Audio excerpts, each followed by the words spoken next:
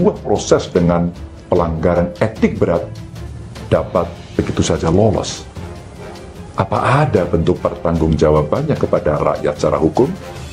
Mengapa keputusan dengan masalah etik, di mana etik menjadi landasan dari hukum, masih dijadikan rujukan dalam kita bernegara? Saya berbicara sebagai bagian dari warga, sebagai bagian dari rakyat yang ikut gelisah melihat demokrasi dan keadilan yang sedang mau dihancurkan.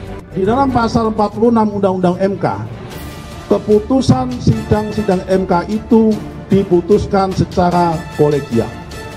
Satu hakim mempunyai hak yang sama dan telah dibuktikan oleh MK-MK.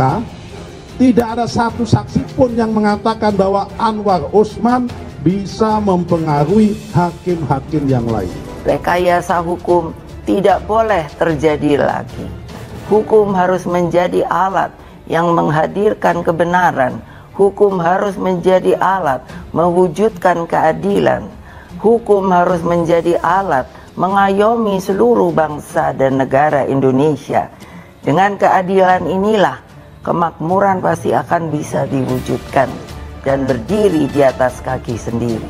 Bukan hanya kita yang gelisah ya, tapi ini semua orang sudah gelisah. Nah, jadi kalau dibilang kita resah, ini bukan hanya kita resah. Ini adalah sudah di luar urusan kontestasi. Ini adalah sudah soal nasib demokrasi. Nah, apa nilai dari reformasi yang sepertinya telanjang dikhianati oleh pemegang otoritas tertinggi dari kekuasaan Republik ini.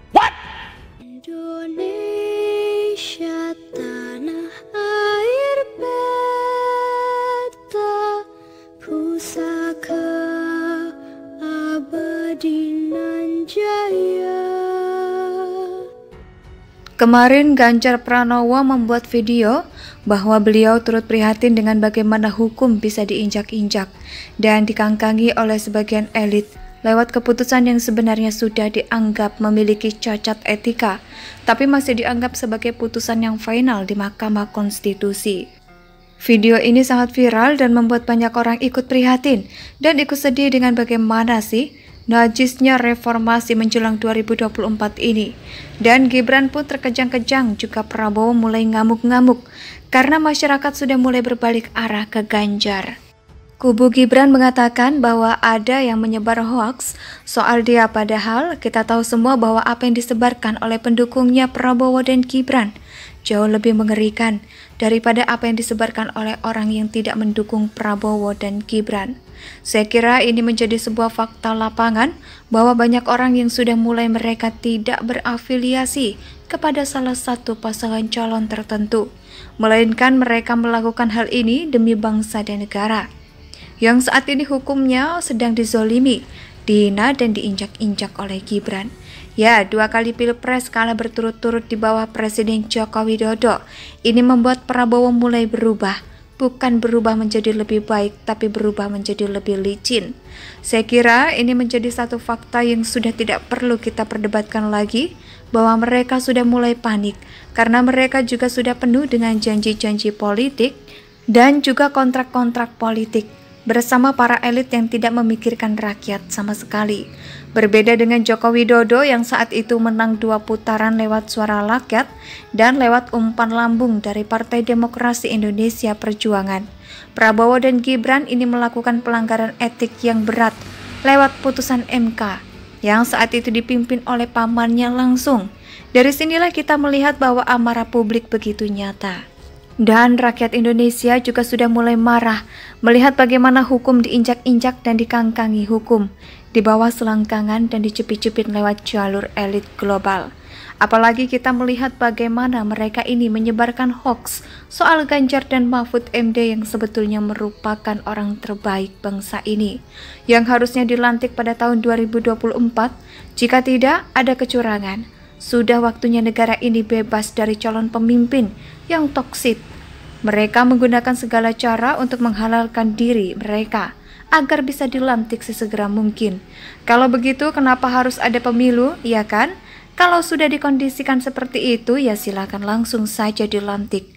Enggak partai-partai yang dulunya nasionalis dan kritis juga berjuang untuk rakyat, ternyata berjuang untuk sekelompok orang tertentu, dan mereka ini terang-terangan menonjol tokoh tersebut, maka kita nggak butuh sosok-sosok seperti itu. Dan kita harus memastikan bahwa rakyat Indonesia itu tetap sejahtera dan menunggu Ganjar dan Mahfud MD untuk dilantik tanpa adanya intervensi hukum dan juga intervensi aparat hukum yang menyebarkan hoax. Itu kan bukan kubu sebelah ya, Gibran, melainkan kubunya kalian sendiri. Kalian sudah mengakali hukum dan sudah benar-benar kurang ajar sama Ibu Pertiwi dan sejarah bangsa.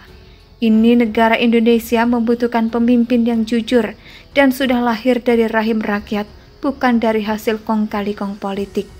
Penghinaan terhadap hukum paling tinggi dan paling mengerikan adalah di era bukan Soeharto, tapi di era reformasi. Era ini berdasarkan teropong Carta Politika baru-baru ini. Ganjar cukup mendominasi keterpilihan di 6 provinsi seperti Jawa Tengah, Daerah Istimewa Yogyakarta, Jawa Timur, Bali, Nusa Tenggara Barat, dan Nusa Tenggara Timur. Rupanya sebagian besar masyarakat di 6 wilayah itu telah terpikat magnet lelaki yang sumeh ini. Kemarin Ganjar Pranowo membuat video bahwa beliau turut prihatin dengan bagaimana hukum bisa diinjak-injak dan dikangkangi oleh sebagian elit lewat keputusan yang sebenarnya sudah dianggap memiliki cacat etika, tapi masih dianggap sebagai putusan yang final di Mahkamah Konstitusi.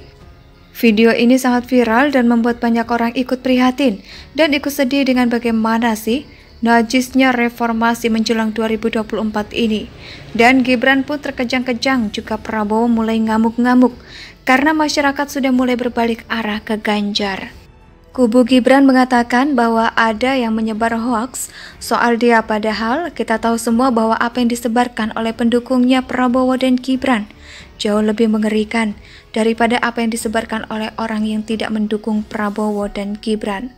Saya kira ini menjadi sebuah fakta lapangan bahwa banyak orang yang sudah mulai mereka tidak berafiliasi kepada salah satu pasangan calon tertentu, melainkan mereka melakukan hal ini demi bangsa dan negara yang saat ini hukumnya sedang dizolimi, dihina dan diinjak-injak oleh Gibran.